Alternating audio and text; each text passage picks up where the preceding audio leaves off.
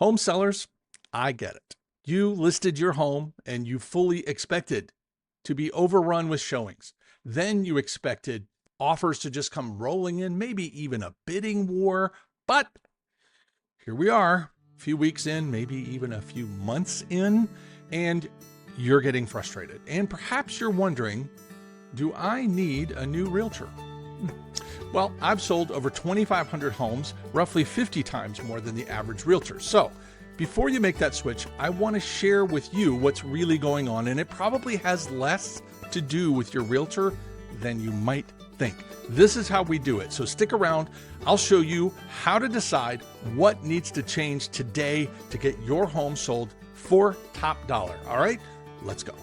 Welcome to Talking Realty, the podcast for home sellers who want to make more money, save time, and avoid headaches. I'm Glen Whitten, broker, realtor, and founder of the Ohio Property Group, where we do the same things as all other realtors, but instead of charging a 6% commission, we charge a low, flat fee. So you keep more money and you get better results.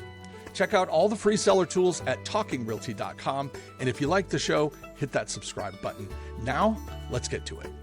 Oh, home sellers, every week, I talk to sellers who are considering listing with my firm, the Ohio Property Group. We do sort of a prospect or discovery call, if you will, where we get to know each other and see if this is a good fit, because it's not for everybody.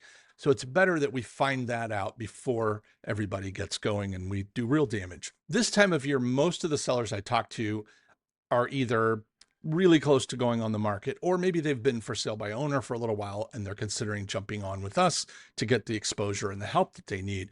But some have been listed with a traditional realtor and they're considering making a change. At first, this sounds like a good thing, but part of my job before and during the listing is to set reasonable expectations. So yeah, it'd be really easy for me to pile on and talk about why they should have used us instead of any other realtor firm.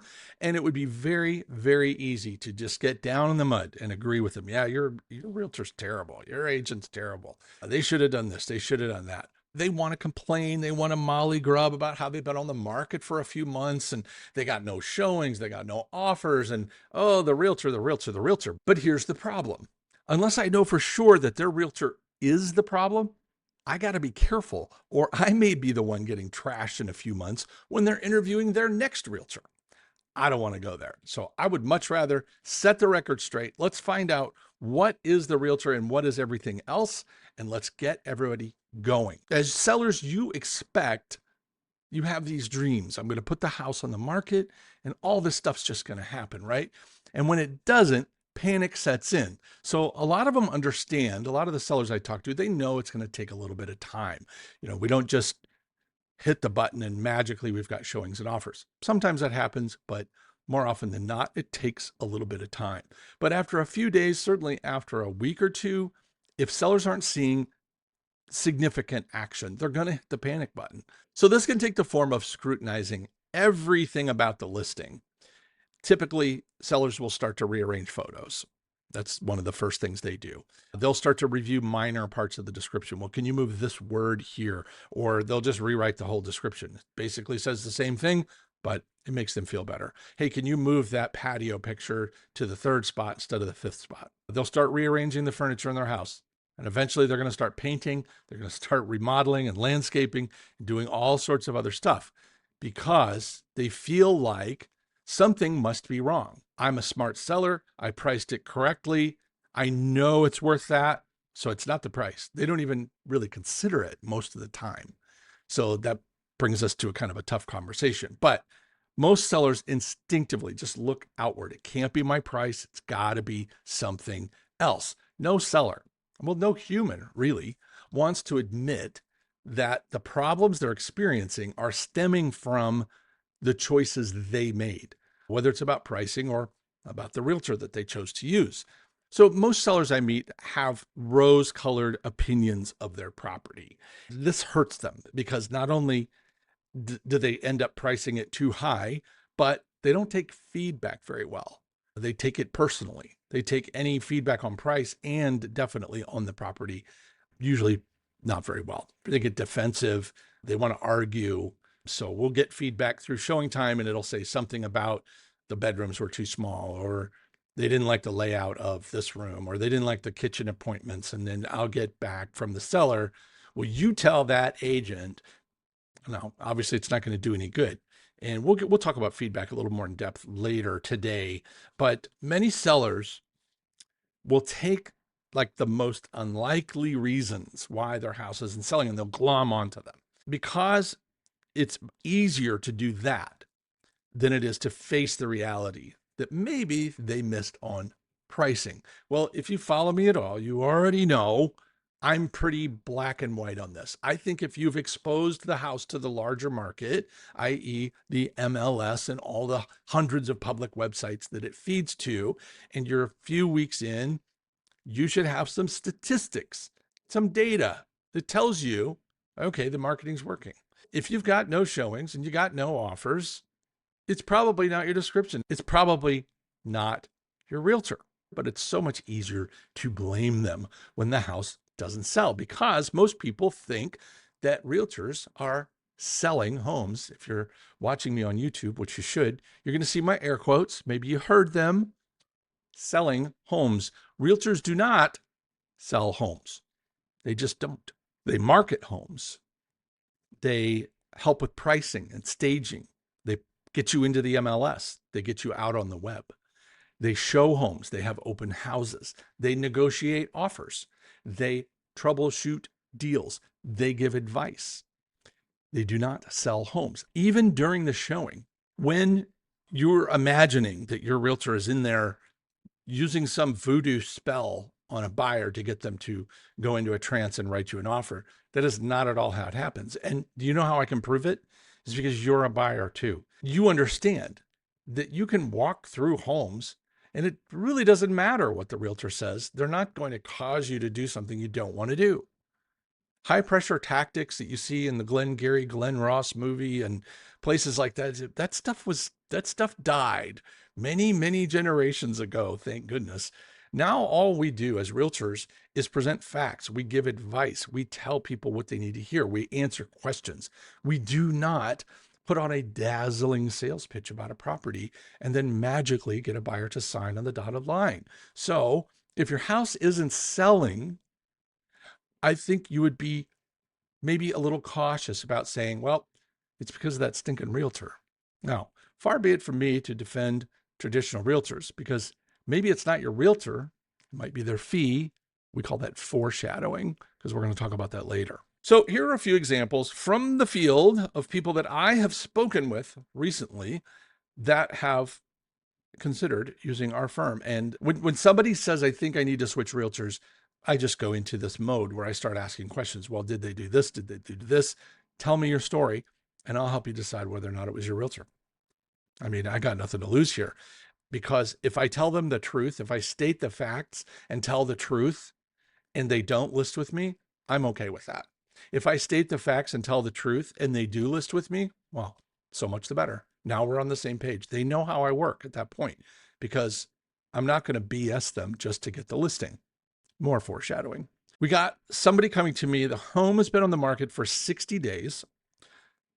Now, this is a quote. Several worse homes around them were selling for more money. Did you get that? So the houses around them are priced higher, worse properties, according to the seller, but they're still selling. Okay. I didn't have any reason to dispute it. They gave me some addresses. I looked them up. They were, in fact, priced higher, and they were, in fact, under contract or sold. Whether or not they were worse, couldn't say, at least not over the phone. So the seller decides to interview 3 of the agents that sold these homes around them for more money, that were lesser homes. And the agents said a few things that I wrote down. First of all, none of them questioned the price. So this person had to have their property in the MLS on the market for 2 months, had a few showings, had one crazy low offer, but nothing else. Mind you, the 3 realtors who interviewed this seller, or this seller interviewed rather, did not question the price. The seller asked all 3, what would you do at the price? All 3 of them said, I wouldn't touch it. Price is fine. Okay. But they did say a few other interesting things. So let's talk about that. Number 1, People don't like your listing company. So they go on the attack. It's because of your listing agent. They don't like your listing agent. I'm not sure what their problem was with the listing agent, but whatever. So they won't show your house. So two problems with that. Number one, it's an illegal statement. Well, it's not an illegal statement. It's illegal if it's true. If an agent is working for a buyer, so a buyer's agent, their job is to find the buyer the best deal possible on the home that suits their needs. That's their job. Their job is not to say, hey, I don't like that agent. We're not going to look at that. Well, what if it's the perfect home and it happens to be listed with an agent who's a pain in the butt, or worse, a dirty liar? Okay, well, that's happened to me before. I've had to deal with pain in the butt buyer agents, pain in the butt liar agents. And that's okay, because that's my job. But I'm aware of it, so I can account for it, and I can take extra measures to protect my client. My job is not to say to my client, let's just reverse it. Let's say I get an offer from somebody who is a pain in the butt, dirty liar agent, but it's a great offer and it's on a contract that's enforceable. Well, I can certainly warn the seller, hey, this agent's going to be like a wild Bronco ride, but that's what you paid me for. So I'll take care of that. I just want you to be aware of it. This is not going to be a smooth ride, but we can manage it. The only other time this would matter is, let's say we're in heavy multiples and I've got 2 or 3 offers that are cookie cutter, exactly the same. Everybody's topped out. Now, maybe my opinion of the agent will carry some weight, but outside of that, it just doesn't really matter. Anything else, who am I working for? So if it's true, if the buyer agent is saying, I'm not going to show your house because you're listed with so-and-so, that goes against their legal obligation to their client, the buyer. So that makes it an illegal activity. So bad. Number 2, it's also a lie because I don't believe it. Now, I didn't tell you, but this home is approaching 7 figures. So you're talking about their share of a buyer agent commission would be somewhere in the neighborhood of 20 to 30 grand.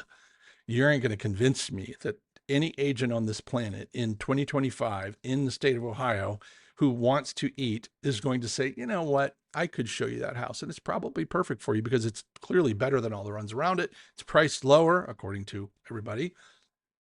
But I'm not going to show it to you because I don't like the sign in their yard. That's a lie. They're not going to do that. So what's really going on here? People don't like your listing company, so they won't show it. Means I'm playing on your fear. I already know that you're questioning your realtor because I wouldn't be sitting here. If you're interviewing me, seller, in your living room and there's somebody else's sign in the front yard, I already know you're questioning your realtor. So what's the first thing I should do? Question your realtor. This is a manipulation tactic. It is illegal. It is a lie. And we're just getting started. Number 2 statements. The second statement that one of these agents made. We have, and I quote, all the buyers. So once you list with us, the buyers will come. I got problems with this one too. First of all, where are all these buyers? Why haven't they been through the house? Is it because you don't like the agent? Or is it because these buyers don't exist? And if they do exist, how did you keep them from seeing this perfect house that's perfectly priced? Because it's on hundreds of websites. How did you keep them from driving by it? It has a sign in the yard. And what did you tell them? If they called you, what did you tell them? I'm just curious. What did you tell them to keep them from wanting to see that house? So now you're going to list it. Let's fast forward. Let's assume all of it's true. You got this secret list of buyers.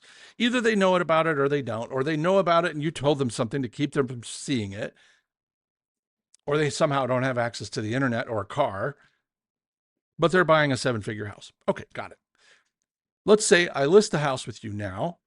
Where are my secret buyers? Are they just going to come running out of the woodwork? How are they going to find out about this magic house? They don't have the internet. I guess I'm going to have to drive over and drop off a flyer. Secondly, I'm being sarcastic in case anybody missed that. Secondly, if I told them something to keep them from looking at it, now I got to tell them something else. So one of them was a lie and one of them might be the truth. I got problems left and right. And remember, we're only on statement number 2 of these would-be agents. Number 3, these are real things that people said to sellers that I spoke to. Okay, call it hearsay if you want. I don't have a recording. If I did, these people would all be out of business. But anyway, number 3, we know how to show a home so it's going to sell. Now, I've already torn that one apart earlier in this episode, so I won't bother you with that. So unless they have magic dust or they've got some special technique that I don't know about, I don't know how they're going to show a home so that it sells. The house either matches what the buyer's looking for, the buyers love it, fall in love with it, great. But what are you going to say as a realtor that's going to just, I guess if it's close, maybe you can convince them, sway them one way or the other, but you're not going to sell it to somebody who can't afford it or who doesn't like it. You're just not. Okay. My favorite, this is my favorite one.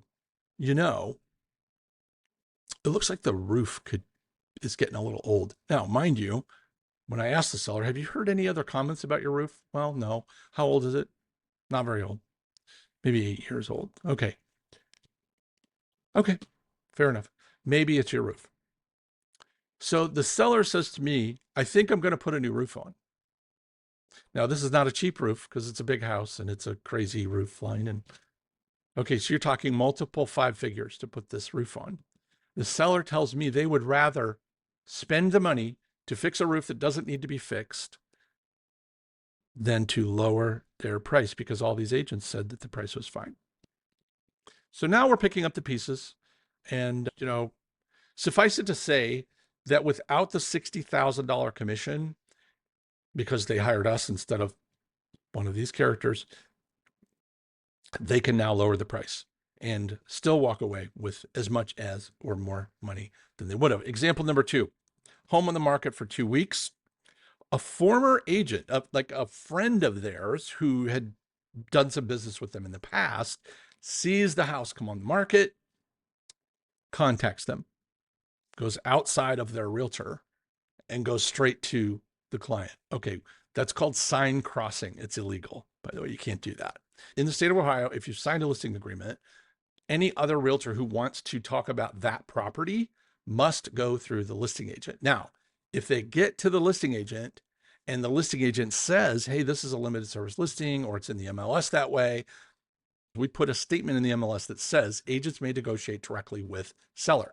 Without that statement, sorry, everything else is illegal. So if I see a house listed by one of my competitors, I cannot just call them up or email them and start to market to them and say, hey, you should list with me. I'm so much cheaper. I'm better. I'm this, I'm that. I can't do that. Well, I can, but I'll get in a lot of trouble for doing it. I could lose my license. I could be kicked out of the realtor community, which is not a good thing. If you're in real estate, you should not get kicked out of the realtor community. And I like my license, so I'm going to keep it. Plus, I have a modicum of integrity, so I wouldn't do it anyway. However, that doesn't mean that other agents don't do it. So former agent, quote unquote, friend, contacts them and says, hey, if you cancel with them, I'll list it for free. I'll list it for free. I'll take your listing. I'll list it for free. Well, they're looking at, this was a $600,000-$700,000 property. They're talking about 40 grand, maybe 45, whatever the math is on that. And this person's going to list it for free because he's such a good friend. Okay. Well, they told me it was too good to be true. That's their words. Too good to be true. Well, it turns out it was too good to be true. There were some things hidden in there that they did not expect, some expenses because nobody works for free in this business that I know of. So it turns out to be another lie. And so not only did they break the rules and the law to get the listing, but they lied to the client to get the listing. And then it turned out to backfire. Shocker. I know. So we have a very low, we're not free, but we have a very low reasonable flat fee that is, by the way, not tied to the price of the house. And so this person was able to get the price where it needed to be, but again, walked away with the money they needed because they didn't have to negotiate around this giant fee. So we got another one. We got the home on the market for 3 months, no price changes, and a local agent stops by to preview the house while the seller happens to be outside working on the lawn. After touring the house, the agent says to the seller, hey, your price is fine. But again, with the secret buyers, we have a list of exclusive buyers, but they will only look at my listings. So you'd have to cancel with your agent, list with me. Otherwise, not going to happen. So we've got several problems here. We've got sign crossing, which is the first one. We've got the second one where they're lying about the price because clearly after 3 months and maybe tens and tens of thousands of views, maybe hundreds of thousands of views online, we still don't have a buyer. So odds are it's the price, because somewhere between $1 and whatever they're asking is a number that will sell that house right today, right now. So anyway, in this case, the seller actually bought the garbage, listed with this agent. And within a week, the agent was attempting to get the seller to lower the price. I will tell you that any agent you interview is going to focus on what they would do differently. They'd be fools not to. Like, what point would it be if somebody walked in and said, hey, I'm listed with so-and-so for 90 days. I'm thinking about hiring you. What are you going to do? Now, if I just tell them, hey, I'm going to basically do all the same thing they're doing, they're not going to hire me. So I got to come up with something, right? I got to come up with something if I'm in the chair.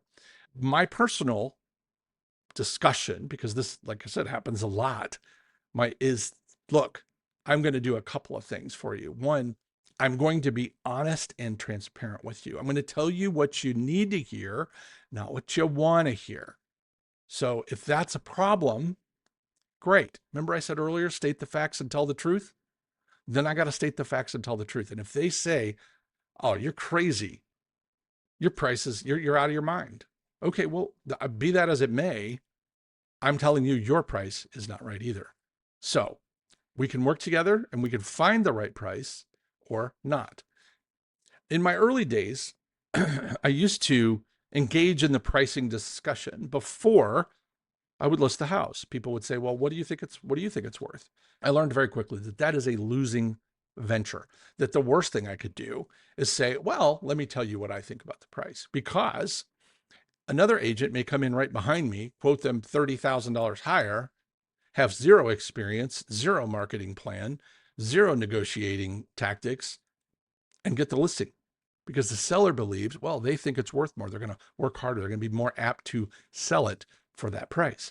Well, it's just not true, because realtors don't sell houses. Buyers buy houses. That's how that works.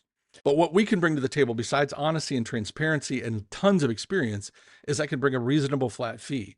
So in a very real way, listing with us versus whoever else they're with means they've got a lot more room to negotiate during the initial, during the marketing, during the offer, during the inspections, during an appraisal issue, whatever, because they're not navigating around a giant fee. Then they're going to be better off. They're going to have a lot more success, and we can prove that. But the truth is, marketing exposure in all these three cases is not the issue. And frankly, if these agents will sit in your living room and lie to you during the listing presentation, what makes you think that they're not going to lie to you when it really counts? I'm just curious. I just would like you to think that through. You're in the middle of an offer. You're in the middle of an inspection, and the agent gives you advice that's 100% self-serving. That stuff frustrates me, because maybe it's the right advice, but maybe it isn't. And as a seller, you're not going to know, because they've already lied to you. So you don't know what to think going forward. Hey, real quick, if you're thinking about selling, don't do it without our ultimate home selling toolkit. This thing is totally free. It's packed with exact contracts, forms, checklists, everything that we use to manage hundreds of listings, hundreds of sales a year. Whether you're selling for sale by owner or you just want to know what to expect, this thing is pure gold. Download your free copy today at talkingrealty.com or check the show notes for that link. Seriously, hit the pause button. Go do it now. I'll be right here when you get back. All right, thanks. Back to the show. So the real deal killers, the real reason your property is probably not selling is twofold. There's a couple of things. Number one is overpricing. Number two is showing friction.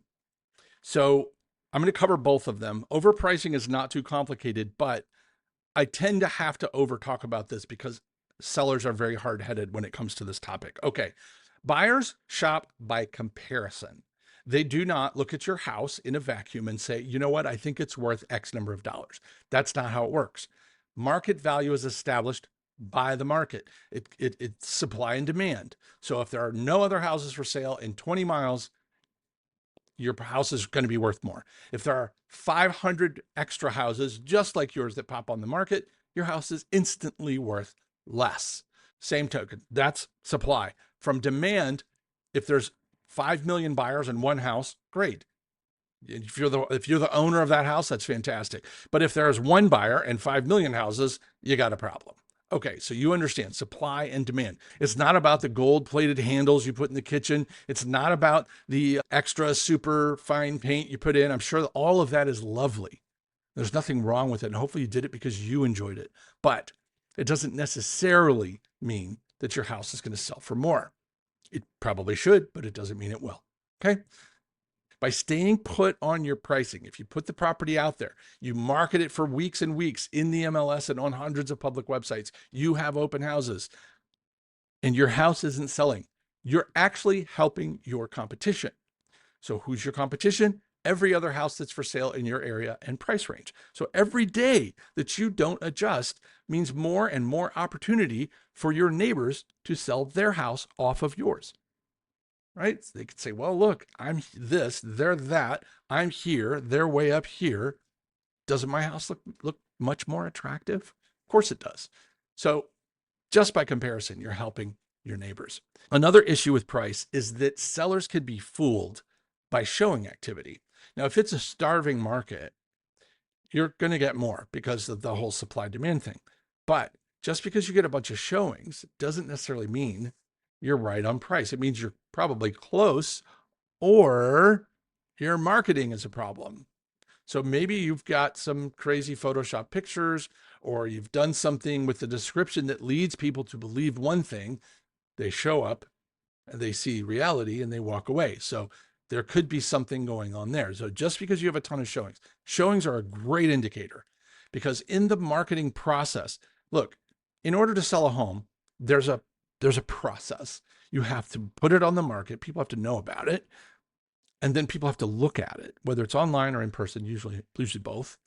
Then they got to make an offer. You go back and forth, you get an offer together, and then you make it through the contingencies all the way to closing. That's the process. Well, the fact that you've made it that far in, you got it on the market, you got people looking at it, now they're coming to actually see it in the form of a showing or a tour. That's a good sign. Okay. Because if you were horribly overpriced, they're probably just going to look at it online and never come to see it. So just saying.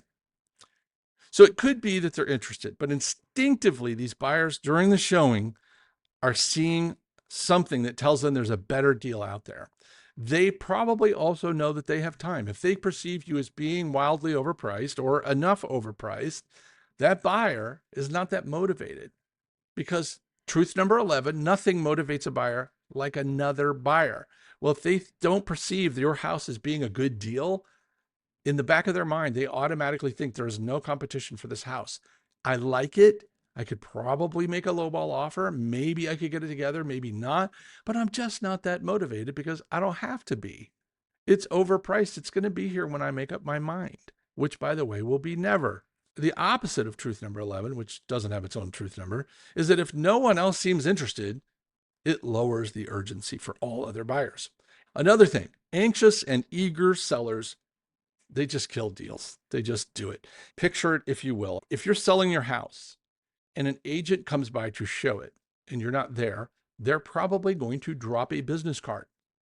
Sellers then come home from the ice cream shop that they probably went to during the showing. If they're smart, they listen to me. They went to the ice cream shop, come back, they pick up the card, and that's the first thing they do. Boop, let's call this agent. Let's text this agent. Never mind, they could still be with the buyer. They could be writing an offer on your house right now, maybe. But then you come off like a stage 5 clinger, and all of a sudden the interest starts to drop. Okay. It's like when you drop your date off. I don't know if people still do this anymore. I'm old. You drop your date off at the door, and before your date has even locked the door and gone inside and let the tension build a little bit, you're immediately texting them. What did you think? Do you like me? Do you want to go on another date? Hey, well, most people will tell you that kind of kills it. Well, it's the same for buyers and agents. If they perceive the agent, it doesn't matter if you kill it for the agent, but we're sending the signal is, I'm desperate, I'm anxious, bring me a low offer. versus being calm and cool. You can wait till tomorrow.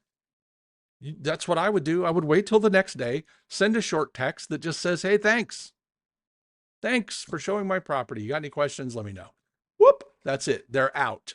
But when you harass and follow up and stalk these agents after they've shown your house or the buyer that came to your open house, you're just telling them either to go away or fine, if you make an offer, I'm willing to do just about anything. You can tell, you can feel the desperation coming off of me. So don't do it. All right. The other thing that sellers do that kind of helps them stay wrong on pricing is feedback. So feedback is just, to me, it's very, very simple. It's very, very simple. If you get an offer, that's good feedback. Everything else, that's also feedback. It's not good, but it's also feedback. So no feedback is feedback.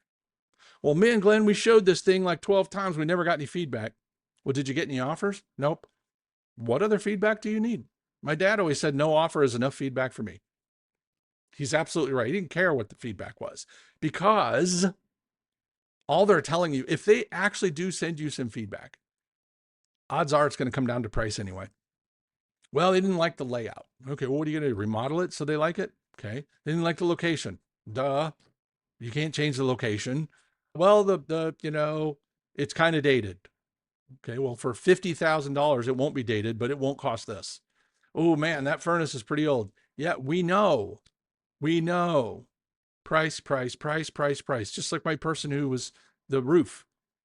Okay, well, is it priced correctly for the age of the roof, for the age of the appointments in the house, the date or the dated decor? Is it priced for that, or is it priced like a brand new house? These are the things that trip up sellers. Well, nobody said anything about the price.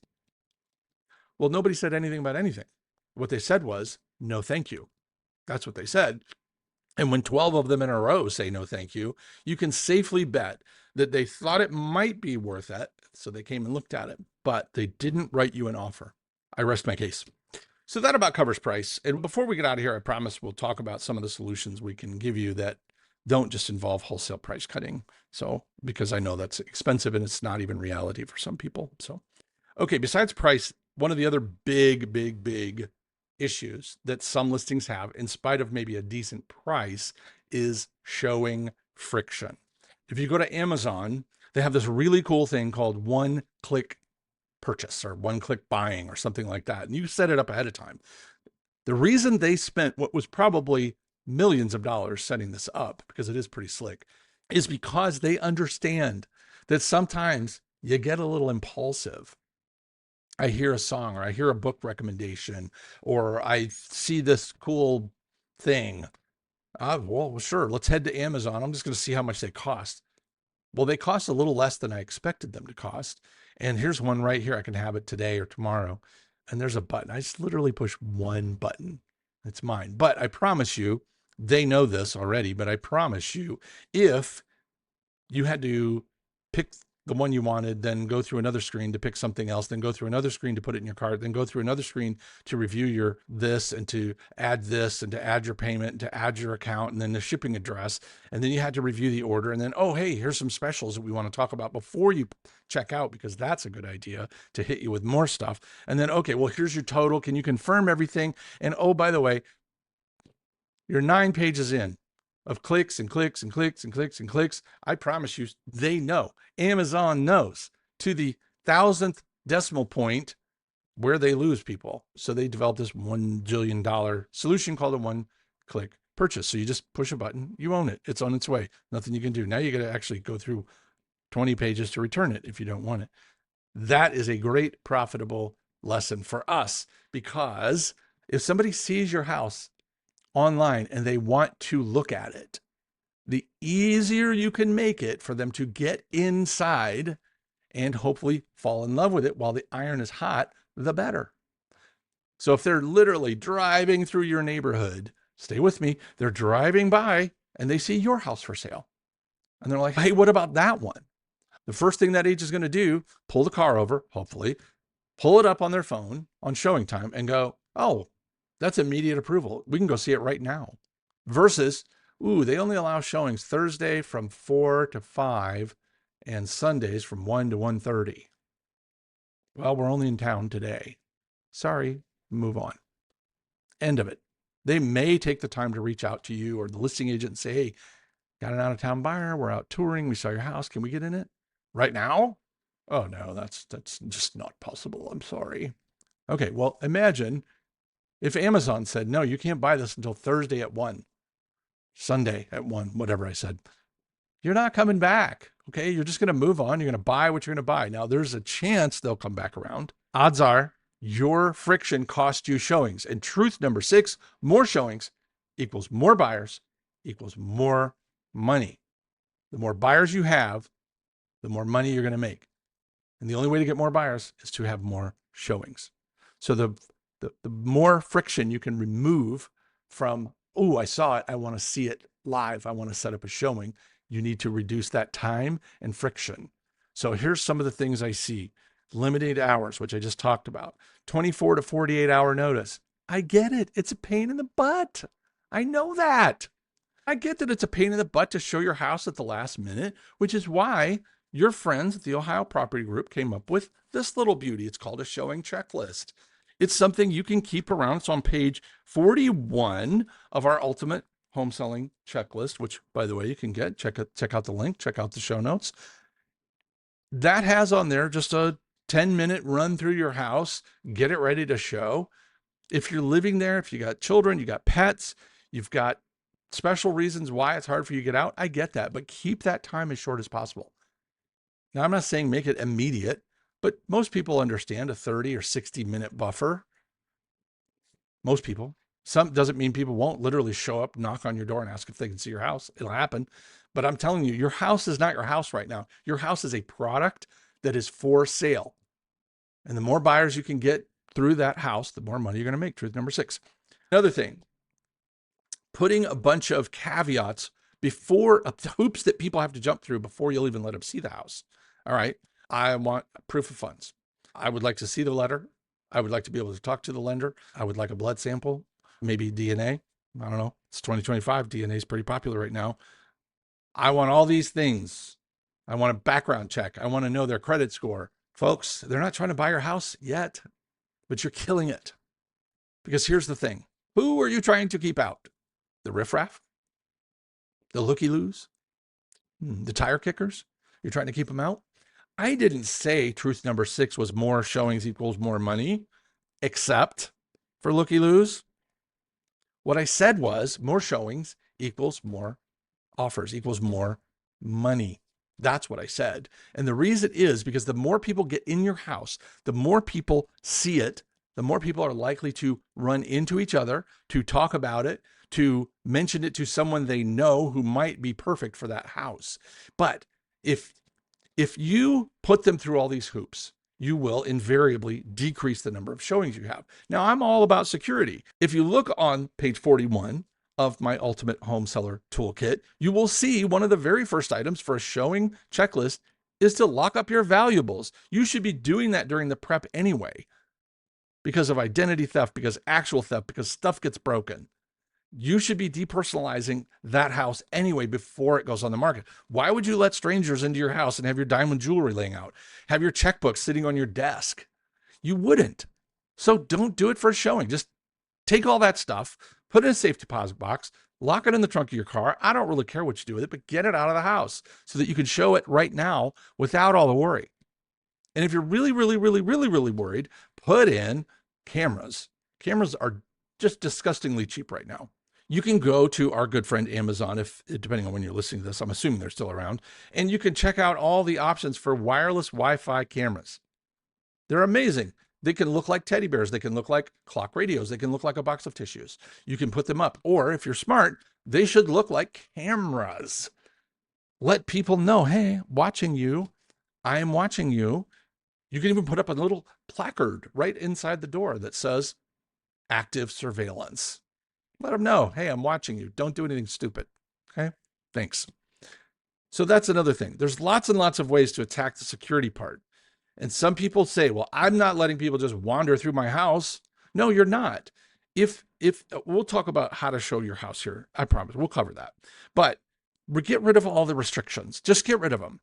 Okay. Let the riffraff come in and take measures to assume that they might do something riffraffy. Okay. Never show the house alone, by the way. So hopefully you got that one down. And 9 times out of 10, it's going to be a realtor showing it. So you don't even need to be there. Just leave, let the realtor deal with it. I'll cover this for you. For those of you who are really screaming about security, I will cover this for you, I promise. But friction creates fewer showings and lower quality showings. Why? Because your absolute best buyers are not going to jump through those hoops. They're just not. They're going to say, wow, no, thank you. Pain in the butt now, pain in the butt later. No, thanks. I'm good for it. I know I'm good for it. My realtor knows I'm good for it. That should be enough. Okay. Well, agree or disagree, but I'm telling you, it will affect the number of showings you have, and the number of showings you have directly impacts the price you get. Buyers don't chase inconvenience. They chase opportunity. So the more people you can get through, the better. The easier you make it to show, the better. So back to my original premise is it time to switch realtors? There is the whole thing about fresh marketing. So if I get a new realtor, maybe they're going to have a fresh approach. They're going to have a fresh idea. Well, that may or may not be true. That's why you interview them. But I can tell you, by and large, realtor to realtor, if they're operating in the same neighborhood, they're operating at the same roughly price range, they're probably going to offer roughly the same service, the same services, we'll say. And I don't know how much more voodoo they can put on it. 99% of my buyers for my listings come from the web. So yeah, I could hire an airplane to fly around with one of those banner thingies. I could hire a marching band to walk around other neighborhoods and talk about your price. I could hire a celebrity to do TV ads and billboards about your property. Is it going to bring me significantly more buyers? No, it will not. And if it's overpriced, it's really not going to matter how many buyers know about it. All you're doing is telling more people that your house is overpriced. So switching realtors must have a purpose. You can get fresh marketing without switching realtors. So unless something changes with that fresh marketing. So we call it a refresh here at the Ohio Property Group. And in all but one of our MLSs, we actually take the listing down and then we bring it back as new. Maybe we wait a day, maybe we wait, I don't know, whatever. It's up to the seller if they want to. The perfect time to do this, if it's been on the market for a while, they're getting ready to do a price change or something like that, and they're going on vacation, and for whatever reason they don't want to show the house, or they've got guests coming to stay and they don't want to show the house, fine. Let's take it off the market. A couple things will happen. When we first take it off the market, invariably, 1 or 2 buyers or agents just crawls out of the woodwork. They just crawl right out, right? Remember I told you earlier, they thought they had all day because it was overpriced and they knew probably nobody was going to buy it. All of a sudden we don't put it pending. We take it off the market. I almost every time I get calls from somebody. Oh my gosh, my buyer was this, or oh my gosh, I was going to buy that house, or I was going to look at that house. What happened? Oh, well, would you like to see it? Oh, great. Well, it's coming back on the market tomorrow. What time? What's good for you? Let's just get it done. Just get it set up. Let's get it going. Because now we've tweaked them a little bit. We showed them what life was like without that house on the market, and they didn't like it. So they reached out. So that's one thing that happens. The next thing that happens when we bring the house back, it will show up as new in the MLS. Doesn't mean it's going to show up as new everywhere, because some realtor sites where we go to, some public sites that you know, will have a days on that site, and that won't reset. So keep that in mind. But we bring it back, and in addition to being brand new with a new MLS number in the MLS and showing up as a new or updated listing on every public site, anybody that's been tracking that home or homes in that price range in that area are going to get an alert. Every one of them. They're going to get an alert that says new listing. Even if they've seen it before, it's going to bring it right back to the top of mind. Now, here's what makes it work. Don't bring back the same old tired listing. Don't bring back the same photos, the same description, the same price. Change what you can. Change as much as you can. Not that you're going to fool them into thinking it's a different house, but you're going to appeal to different parts of the market that way, particularly with the price change. This is why it's such a good idea. The other thing you can do when you refresh is I love to schedule an open house for the first Saturday after you bring it back. Unless, as you know, I should make this a truth, never compete with an Ohio State football game. All right. So just saying. So it's fresh on the market. It's got new photos, new price, new description, and bingo, we got an open house. If you're going to get anything done, that refresh will help you, and you don't have to change realtors to do it. Now, I don't know if every realtor on the planet does this. We do it, but I can't speak for everybody. Another thing you do is before you refresh, or as you're considering what to do because your house hasn't sold, look at your competition. I mentioned him earlier that you're helping them. Why don't you go use them to help you? They're probably allowing showings. They're probably having open houses. So why not get your tail off the couch and go out and look at those houses, even if you just walk by them, drive by them, walk by them. If they happen to be home, knock on the door. You're a private citizen. I can't do this because I'm a realtor. You can. Just walk up to and be honest. Hey, we're selling our house down the street. Just curious or whatever. If you want to come up with a great story and do a little role playing, I'll leave that to you and your Saturday night. That's fine. But if they're having an open house, by all means, walk in. Just go look at it. Take off your rose-colored glasses and go walk around. How's the layout? How are they presenting it? What's their description look like? What's the backyard look like? All the stuff you can't see on the web. How's it feel in there? How are you being received? Steal the best ideas. Sam Walton always said he didn't tour Kmart to see how they were better than Kmart. His point was, I'm going to tour Kmart because I want to find out what they're doing better than we are. And I'm going to steal it. Steal shamelessly. That was one of his rules. Anyway, so look at what they're doing. If you haven't visited them, find a way to get in them. Now, if it was me and I was a private citizen, like I said, I would just go knock on the door. But if you feel better, call up your realtor, your listing agent, if you have one, and say, hey, can you do me a favor and take me through all my competitors? Of course they will. Why wouldn't they want to see it? So great. Now you can get in. So what can I walk away with from those visits to improve my marketing? This episode of Talking Realty is brought to you by our friends at Associates Title. This team is shaking things up by focusing on what truly matters, putting the customer first. Whether you're buying, selling, or investing for sale by owner or working with a realtor, they've got your back with incredible cost savings and the latest tech to streamline the process. Their secure online portal called Qualia Connect, it's wonderful, keeps everyone in the loop from buyers and sellers to lenders and agents, all while keeping your data safe, muy importante, and communication crystal clear. If you're getting ready to sell, don't underestimate the importance of having a great title company in your corner. Check them out today at associatestitleinc.com or call my friend Ryan Phillips at 614-419-2418. Check the show notes for all that information, but do not leave your title company to choice, and definitely don't let the buyer or their agent make that choice for you. All right, let's get back to the podcast. So the elephant in the room here is that if your house isn't selling, truth number two, it's overpriced. Truth number two, that is truth number two in my office. If it isn't selling, it's overpriced, period. We even wrote out the word period. You need to be honest with yourself. Most sellers, they just miss. They come in too high. Every once in a while, they come in too low, and then they get a bidding war, and guess what? We end up right back at market value. But if you're too high, you're going to get crickets. You're just going to get crickets. And so, pull your comps. Get new comps. If you don't know how to get comps and you're in Ohio, get a hold of me. All right. Out of mercy, I will send you comps. Okay. Just ask for it. They're free. You can go on my website, ask for a home value report. I think it's right on our pop-up. I'll link to it. I'll tell you what, I'll link to it. You can get a free market analysis from me. Okay. So go get it. Take advantage of it. Look at the comps and be honest. If you're trying to sell for 350 and there's a comp within 2 miles over 275, it's going to be a tough sell. And even if you do get it sold, it's going to be a tough appraisal. So things to keep in mind. The other thing, pull your web stats. Now your realtor should be able to do this. If you're on for sale by owner sites, they may or may not have that, but just look at it. Ask yourself, if 50,000 people looked at my site, if hundreds and hundreds of them, say 800 of them, clicked on it and maybe 50 or 60 of them saved it, shouldn't there be one? I only need one buyer. You're telling me all of those people passed on even a showing? Okay, folks, you got your answer. Okay, you got your answer. Truth number two, it's not selling, it's overpriced.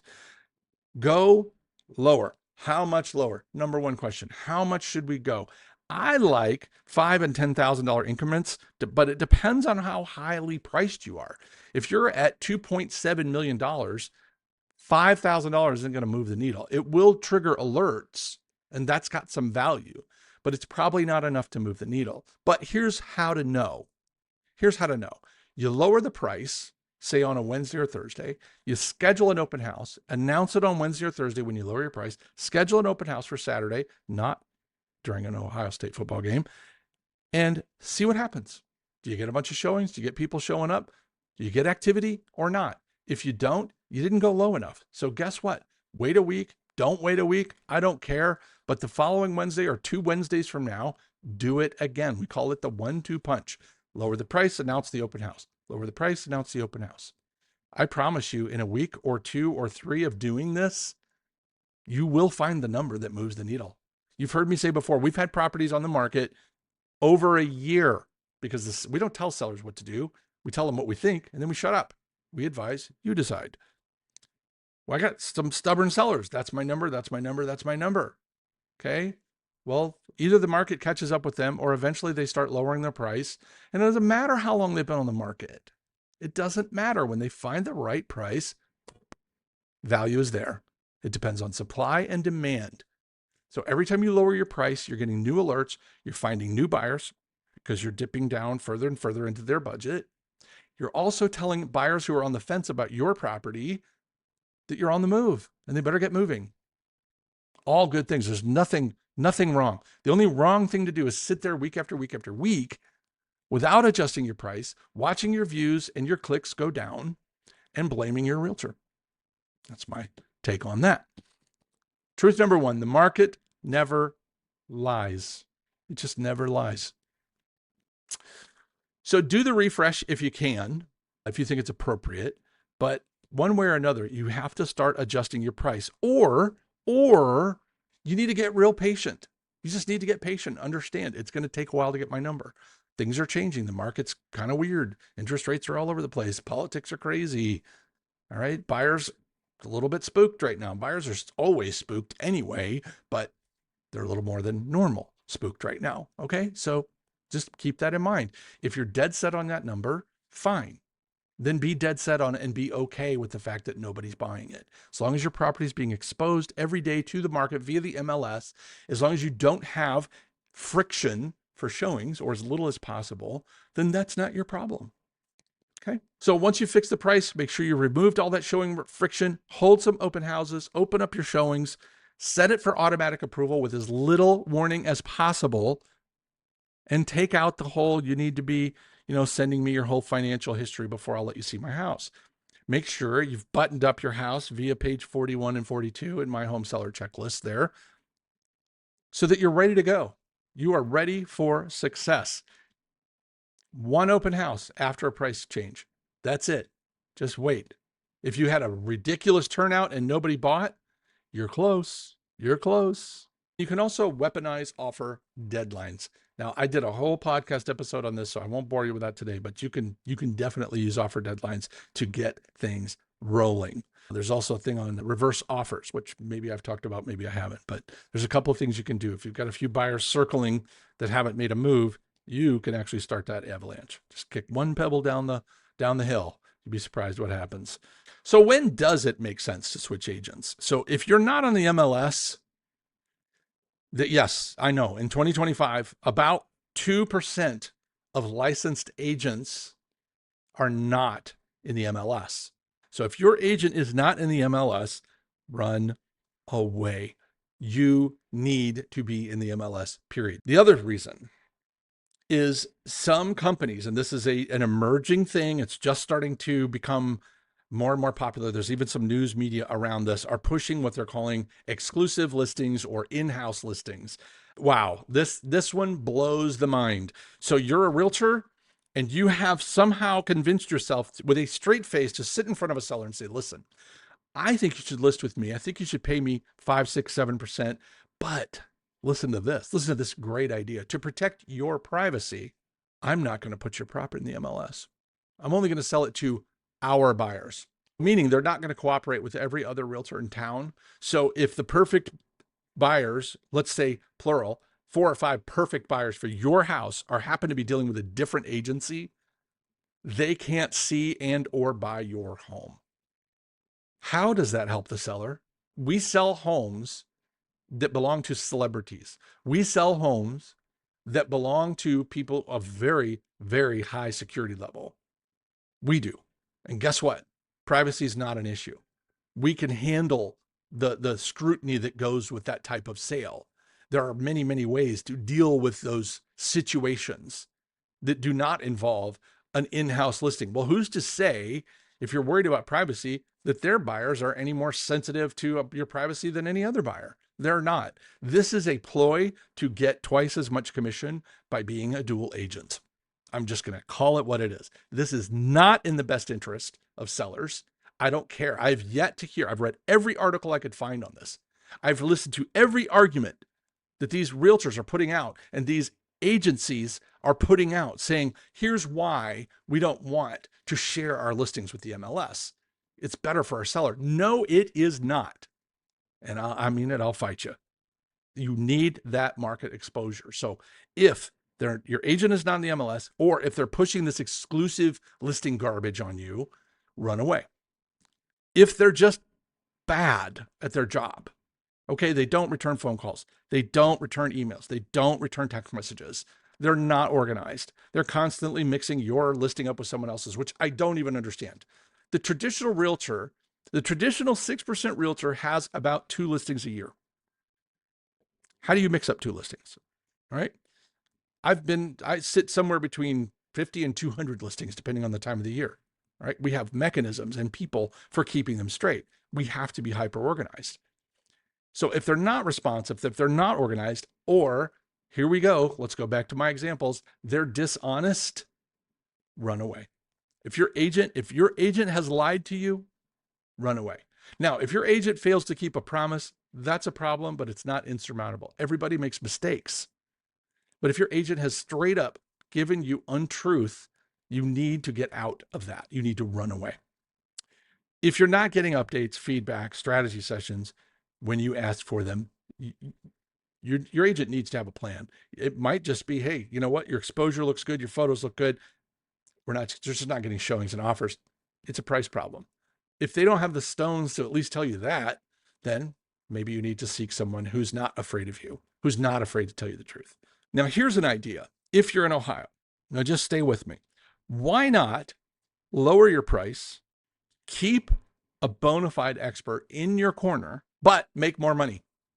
What do you think about that? What if I could get an agent, a team of agents on your side who do more business than just about anybody in the state, that would allow you to lower your price and make more money at closing? You might want to check out the Ohio Property Group. So we're very high volume. We charge one fee for a set of services, and that fee has absolutely nothing to do with the price of your home. So we charge people the same fee. It was that conversation at lunch 25 years ago. I had a friend of mine say to me, so if I sell a $300,000 house, it costs me $18,000. If I sell you a $150,000 house, this is when I was with Remax and we charge 6%, well, it cost me $9,000. So what am I getting for the extra $9,000 on the $300,000 house that I'm not getting on the $150,000 house? I didn't have an answer. My broker didn't have an answer. Nobody had an answer. So I quit Remax. I left, started this company, and 25 years later, here we are. You're going to pay a fraction of the fees here. And listen up, if you're listed with just about anybody else, you're going to pay their percentage, right? Whether the buyer has an agent or not. I told you, most of the time, your agent doesn't sell your house. It's another. They end up taking that percentage that you're going to pay them, and they're going to split off some of it and give it to the buyer's agent. Well, what if there is no buyer's agent? They don't cut their fee. Most of them, they charge you the same amount, but get this, you get less representation, because then they slip into what's called a dual agency role, meaning they're representing you and the buyer. Well, okay, go to court, sue somebody, use the same attorney. Let me know how that works out. Same deal here. Dual agency is legal in Ohio. It's legal, but it shouldn't be. It's illegal in several other states because it's a huge conflict of interest. So dual agency, bad. All right. So when we get an offer from a buyer that has no agent, we don't charge the seller or the buyer anything else.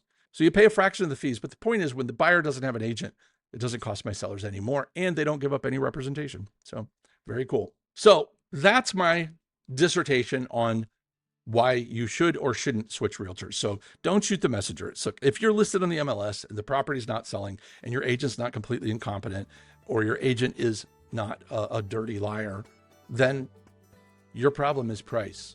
Now, if you can't lower your price because your agent has a giant fee, well, then you should look for someone like me. You probably don't need to switch agents. You probably need to switch strategies. And look, my free tools are out there no matter what state you live in. Just head to talkingrealty.com. I literally have hundreds of pages, dozens of podcasts and blogs and tools, most of them free, to help sellers reach the finished line, reach the closing table with as much money intact and most of their sanity. Can't promise all of it, but most of it. And with that, I tell you what, I'll let you get back to your day. Thanks for sticking around. Hopefully you learned a little something, maybe had a little fun. The Talking Realty podcast is brought to you by the Ohio Property Group, a family-owned company where we sell homes for a low flat fee. If you've got a question, you've got a topic or a guest that you'd like to see or hear in a future episode, I would love to hear from you. Head over to talkingrealty.com. You'll find all my contact information. Say hello. Until next time, keep making smart moves in your real estate journey. For the Ohio Property Group, this is Glen Whitten signing off. And remember, you can sell it. We can help.